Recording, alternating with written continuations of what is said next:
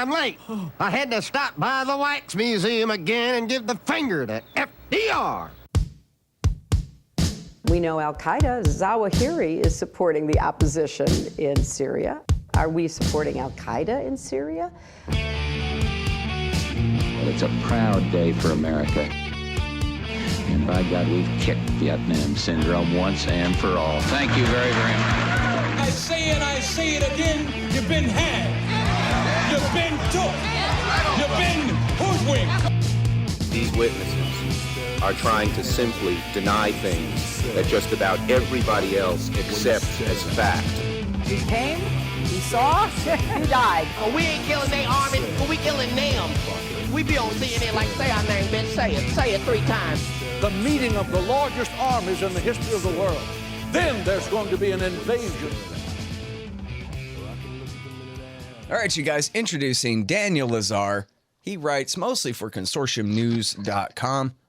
This one here is at Strategic Culture, reprinted at LouRockwell.com, and we're going to run it at antiwar.com tomorrow, I think. Another day, another scandal. What the Trump-Ukraine collusion is really about. Before that, at Consortium News, the plan to trip up Trump. Welcome back to the show. How you doing, Daniel? I'm fine. How are you, Scott? I'm doing great. Appreciate you joining us on the show again. My pleasure. Yeah, let's start with the current news here. They're going to impeach the president over this phone call with the new president of Ukraine. What do you think? I think it's Ukraine-gate is son of Russiagate. I think that the CIA has been trying to get Trump since the moment he was elected, and they finally may have. They've seized upon another angle. I can't really quite figure out what Trump did that was wrong. I mean, asking a foreign leader to investigate a political opponent is kind of pushing the envelope and relying on your personal attorney to sort of act as intermediary is even a bit weirder. But the fact is that that the Biden's activities fairly call out for an investigation. There's a great deal of public interest here. I mean, what Biden did was outrageous, absolutely outrageous, and the official explanation doesn't really. Well, it certainly is worth looking into, and that official explanation is that Biden was not trying to get the Ukrainian prosecutor fired because he was investigating his son's company, but that Biden pushed to get him out because he wasn't investigating corruption hard enough. So therefore, Biden was willing to sacrifice his son's interests for the greater good of Ukraine. I mean, that's possible, I suppose, but certainly I wouldn't take the conventional opinion's word for it. And I think it's worth looking into. All right, now, so, yeah, now here's the deal, right? There's the narrow view and then there's the broader context and all this. Let's stick with that broader context for a second. How come the CIA hates Donald Trump so much? Well, you know, the Ukraine was a big battleground in 2016. Trump deviated from the official line quite radically with regard to 2 countries, the Ukraine and Syria, and he really challenged the official line, and the establishment was furious. I mean, the U.S. wasn't at war with Putin over the Ukraine, but it was kind of at semi-war. Relations had plunged to a real low. The U.S. was furious at the way the Putin had screwed up its plans for the Ukraine, and it was mobilizing engage in a full-bore diplomatic mobilization to isolate Putin and to force him to retreat politically. And then along comes Trump, who announces his candidacy in June 2015, and indicates that as far as he's concerned, Putin's activities, including the takeover of the Crimea, was not an especially big deal as far as he was concerned. And so this made the foreign policy establishment really seriously angry. Yeah. Well, and of course, on all these things, he's the one who's in the right, and they're the ones who have started this, current Cold War for no good reason. But now, And so then, let me. And then there was also Syria, and Right. Trump also broke ranks on Syria. Right, because he was listening to Mike Flynn, who was telling him, actually, we hate Al Qaeda more, and he was saying, yeah, that sounds right to me. Yeah. Oh yeah, you're right. I mean, Flynn was the head of the Defense Intelligence Agency, which in the August of 2012 put out a stunning report, saying that Al Qaeda was dominating the anti-Assad opposition. Right. And here's a guy who was horrible on Iran too, but he wasn't so horrible on Iran that he wanted to see Al Qaeda defeat their friends in Syria. Right. So Trump said that the battle against Al Qaeda should take a precedence over the battle to overthrow Assad, and this also, made the establishment seriously, angry. But now let me ask you this though, like, what about the power factions and all that? Obviously, the Israelis love him, and you look at the Yemen war and the rest of the escalations. It doesn't seem like the military-industrial complex as an organism is really against him. Maybe he plays favorites between Lockheed and Boeing from time to time and this kind of thing. But it doesn't seem like they probably have much reason to be too dissatisfied with him. Or maybe you disagree with that. Or is it just it's the state agencies themselves more than it is bankers or oil men or arms dealers or any necessary kind of outside power faction? Well, yes. I mean, you're right. The Israelis love Trump, or Netanyahu does, I should say, and the arms manufacturers, of course, are quite happy with him, the way he's pushing U.S. arms sales in the Middle East. So they're not displeased. But bear in mind, U.S. imperialism is grossly overextended, and it's in serious trouble. And Trump is really a manifestation of that trouble. So they see Trump as kind of undercutting the empire in two all important arenas, and they want to restabilize the empire, and therefore they want Trump out. They are seriously angry at how he's undercut them, and they want to get rid of him. Mm. Yeah, I mean, you look at the UN speech the other day where he's just rails against globalism and foreign nationalism, and of course, I mean, Dick Cheney could have given the same speech, right, where nationalism means globalism, and internationalism, it just means all based out of D.C. instead of based out of New York City or Brussels or something like that, right? Yeah, I suppose so. But it's not like he's really an isolationist like me. He's not really an isolationist, and he's of two minds. In fact, he's of like 6 or 8 minds, but he's ambivalent on the question of empire, and one day he's for it, another day he's against it, and in two crucial areas he really went against the grain, and so therefore the neocons, the empire is furious. Yeah. All right. Now, so. And we saw, and as you've covered, I totally agree with your narrative, your sort of meta explanation of Russiagate this was a FBI/CIA plot against the Republican nominee for president, and then the president-elect, and then the president himself. Yeah, I think that's really quite clear. In 2009, there was an amazing case, a criminal case pursued by the FBI against the Newburgh Four. Newburgh is a town about an hour and a half north of New York City, and these were four black guys who were set up.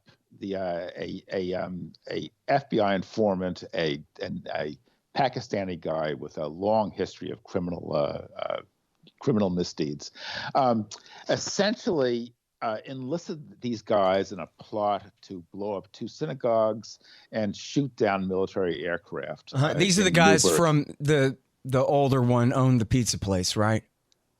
Is that the same one? No, I'm not aware. These guys were penniless. I'm not. Oh, okay. I'm sorry. There's so many of these entrapment jobs. Yes. I mix them together. I'm sorry. Please go ahead. It was an amazing entrapment case because the FBI, supplied the idea of the plot, supplied the explosives, lured them in with offers of $250,000 in cash and an all expenses paid vacation in Puerto Rico. Drove them around, bought the weapons, bought the explosives. These guys were nothing more than passive onlookers, and yet they were sentenced to 25 years in prison. There's a very good documentary on them called The Newburgh Sting, and there's also actually a new movie out based on this story. So it's clear that the FBI was following a similar entrapment strategy with regard to the Trump campaign. They wanted to somehow entrap this nice young kid. What was this kid's name? I'm sorry. Papadopoulos? But yes, George Papadopoulos, a naive young guy who had signed up as a volunteer for the Trump campaign, and somehow get him to admit to working with the Russians.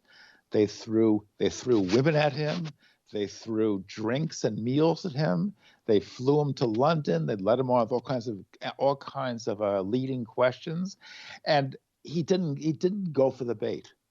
But if he had gone for the bait, if he had said something stupid, if he had bragged about his Russian contacts, for example, to make himself seem like a big shot, they would have nabbed him, and then they would have forced him to wear a wire and bring down other guys in the Trump campaign. The strategy seems to be quite clear, and they didn't succeed in doing that, but they kept building up this case against Trump in an attempt to pull a Newburgh 4 on a infinitely grander scale in which Trump would be brought down. And now in your article here at Consortium News, you say they pulled the same scam on Trump himself in the Trump Tower meeting.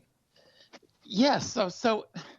So you have in two different Trump Tower meetings, one, right, which was sponsored by the coup plotters in the first place to entrap his son, and then later Comey's meeting with Trump. Yes, you have the June 2016 meeting in the Trump Tower, in which Trump Jr., Kushner, Paul Manafort, and a Russian lawyer named Velnitskaya, I believe I'm pronouncing it correct, met. And it turns out Glenn Simpson sent her in the first place, right? And then greeted her a day later, and Velnitskaya claimed to have dirt on Hillary Clinton. Trump Jr. sent off the famous email saying, "I love it," and at the meeting came to nothing at less than 20 minutes. She obviously had no information to pass along, and that was the end of it. But this is the meeting that spawned 10,000 news articles. But there was a second meeting in Trump Tower. That was on January 6th. 2017, when Jim Comey, James Clapper, and John Brennan met with Trump to inform him of their forthcoming report, finding that Russia had interfered in the 2016 campaign. And after they were finished with their presentation, Jim Comey stayed behind and to inform Trump about the Steele dossier and the famous golden showers escapade. And I'm sure your listeners, is there anyone in America who doesn't know what that golden showers escapade is about? So in any case, but what we know now from a report by the Department of Justice internal investigator, a guy named Michael Horowitz, is that the purpose of that meeting was to see how Trump would react and to see if he would do something or say something that would permit the FBI to widen its investigation so that would focus in on the president-elect himself. Uh-huh. And I forgot if it was your thing or something I read just the other day that said they had that dossier and had been meeting with Steele for 6 months before that meeting at Trump Tower. Plenty of time, more than plenty of time for the FBI to completely debunk that completely false dossier. That was the month. Yes, Glenn Simpson testified before a congressional committee that that in late June or early July 2016, Christopher Steele, the British intelligence agent, was meeting with the FBI to acquaint them with his findings. So that is a full 6 months prior to this meeting in the Trump Tower. Now, how can these 6 months is more than enough time to try to get a handle, to get some idea of whether this incredible story about a golden showers escapade in the Moscow Ritz-Carlton has any truth to it. But clearly, Comey was less interested in that question than he was in the question of Trump's reaction. And if Trump had said the wrong thing, I mean, what if he had laughed? What if he had smiled? What if he had told some kind of crude joke? What if he'd said, yeah, the babes in Moscow are really hot? What if he'd said that? The FBI would then have would then have said, oh my God, this investigation is going to now focus in on the president-elect himself. And soon to be, and 2 weeks later, the president of the United States. This is completely inappropriate, outrageous, and undemocratic. Well, and then as you point out, and others have pointed out too, that Comey leaking or Comey briefing, quote unquote, threatening, revealing this so-called information to Trump at that time is what made it newsworthy that BuzzFeed would go ahead and publish it under the excuse that now that that's out, that they had talked to Trump about it. Before, it was just some unverified stuff that they couldn't publish because of how unverified it was. But now it didn't matter. Now there was a story about it itself in a larger sense. And so they could get away with publishing the details themselves. And then instead of doing their job and falsifying it all, which was all false, all the reporters in D.C. all decided to glom onto the thing and pretend to believe that it was all real and see what of it that they could try to hold up. No, this is the heart of the Russiagate investigation. I mean, so after this meeting, then Comey then goes to his waiting limo where his colleagues had a dedicated laptop waiting for him, and he jots down his notes on this meeting. And in his notes he says he told Trump that the meeting, the information, the Steele dossier was being kept on a close hold. They didn't want it leaking to the press. And he assured him it would not leak to the press. Yet he knew that by meeting with Trump, that very act, would provide the press with the hook, the news hook it needed to go public with the dossier. And sure enough, 4 days later, BuzzFeed published it. Now, so either Comey is a complete idiot, or he's not. He's simply lying. And this dossier is what blew up Russiagate, because 2 months later, the House Intelligence Committee's Adam Schiff of the House Intelligence Committee at a public hearing, gave a 30-minute talk in which he essentially quoted line by line from the Steele dossier and proclaimed it to be the gospel truth.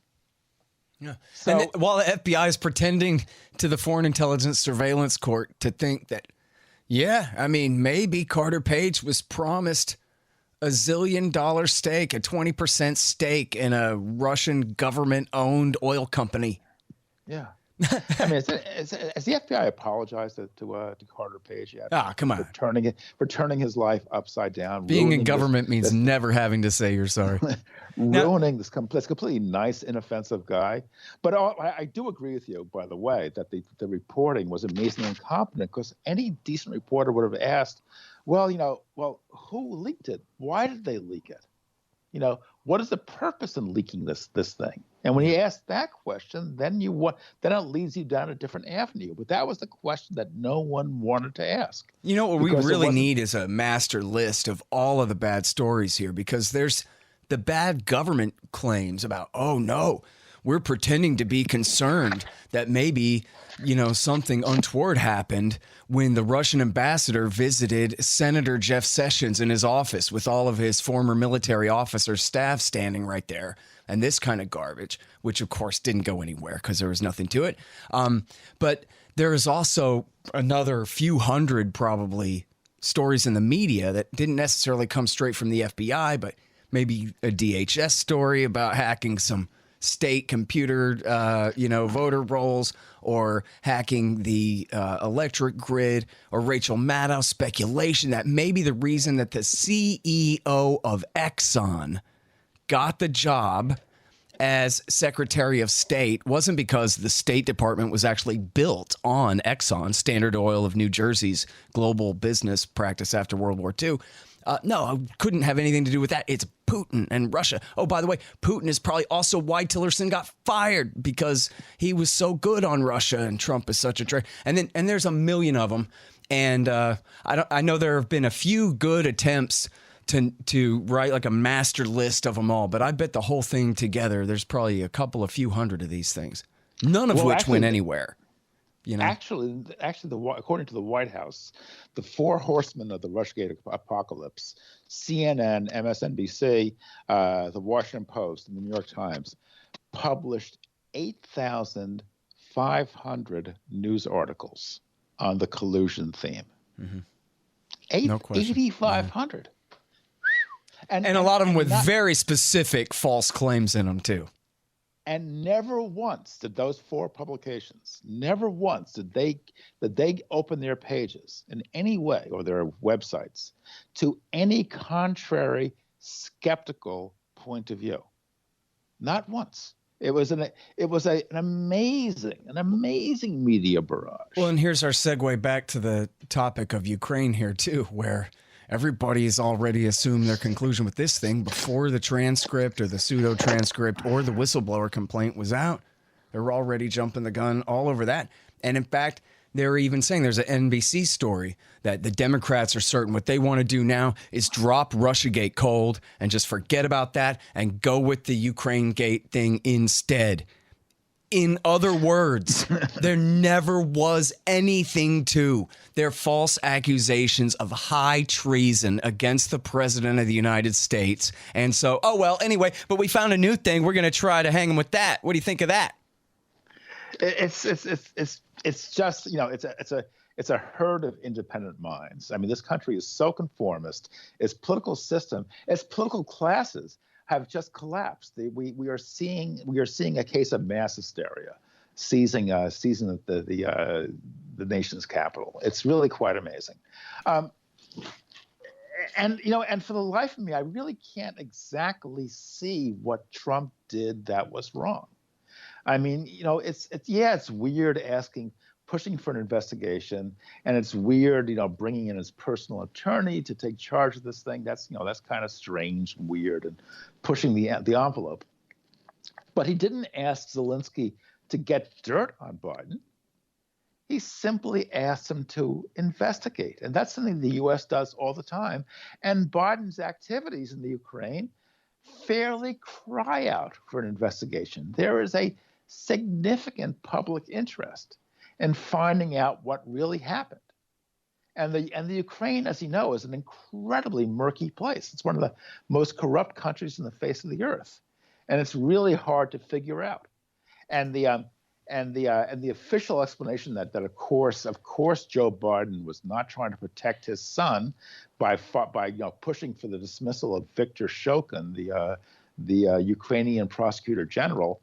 Well, maybe that's true, but there certainly is a good deal of reason to look into that a bit more deeply to find out if it's true.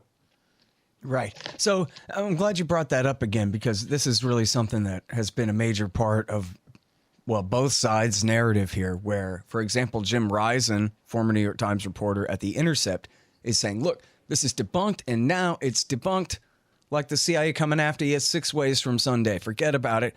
It's obvious and it's clear that Biden was saying this prosecutor is corrupt and he's not doing enough to bring down corrupt interests. And that, as you put it earlier, gee whiz, even if the new guy goes after my son's company, good, if that's what it takes, kind of attitude, which, as you said, as a deniability sort of counter narrative, it kind of makes sense. In fact, my friend Hunter Durensis at the National Interest had a quote from another former Obama official, a nameless one, saying, listen, man, trust me, the whole interagency wanted rid of this prosecutor. He was terrible, and Biden was not the driving force behind that.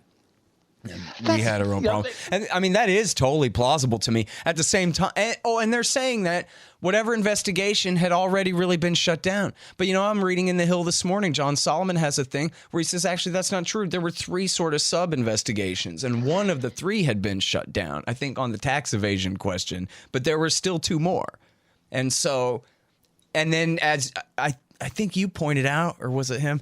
I'm getting all my footnotes mixed up in my head these days, sorry. But that the New York Times had said then that this company was quite relieved when they found out that the prosecutor had been fired, and they were looking at it as a great opportunity to try to work things out with, in a more beneficial way. So sure sounds from their point of view like they looked at it as a positive thing. So I don't know. Yes, and in fact, the company did then reach an amicable settlement with the Poroshenko government. But it's murky, and this is a very murky place. I mean, Poroshenko was a guy who was installed by the U.S. to clean things up, and he turned out to be just as corrupt as Yanukovych, if not more. Yeah. Okay, and so if Poroshenko, appointed Shokin, and suddenly Shokin's the fall guy, and Shokin's really bad, and everyone wants him out, and of course it has nothing to do with Hunter Biden's job at Burisma Holdings. It's not impossible. I don't have the answer, but I do think that there is a significant public interest in learning the answer. Yeah. And by the way, let it not be said that we're talking about them, even if you take their best case spin scenario, we're talking about them trying to clean up corruption in a government that they installed after a violent coup. Yes. When they overthrew a democratically elected government in 2014. So, yeah, we're going to clean up all the corruption in this new coup d'etat government that we installed. Yes, and so the whole thing is very murky. And what was the U.S. really doing? Was it blocking with certain factions in the Ukraine? The fact that the U.S. and the EU agreed that Shokin had to go, to me, that's monumentally unimpressive. And Zelensky is a guy from outside the establishment, and if he does mount an honest investigation, which is possible, it'll be fascinating. I'd love to see what he comes up with, because it's a very murky episode that I don't truly understand, and I think the public should have a better idea of what it's about. Yeah, I gotta say, the whole irony here, I was even joking around, not that I really believe this, but you could see where this whole thing could be a Roger Stone or Karl Rove kind of dirty trick, where how do we get the Democrats to make Joe Biden's corruption the center of their whole narrative? I know, hey, Joey, come here. You want to be a whistleblower? Here's what we're going to do.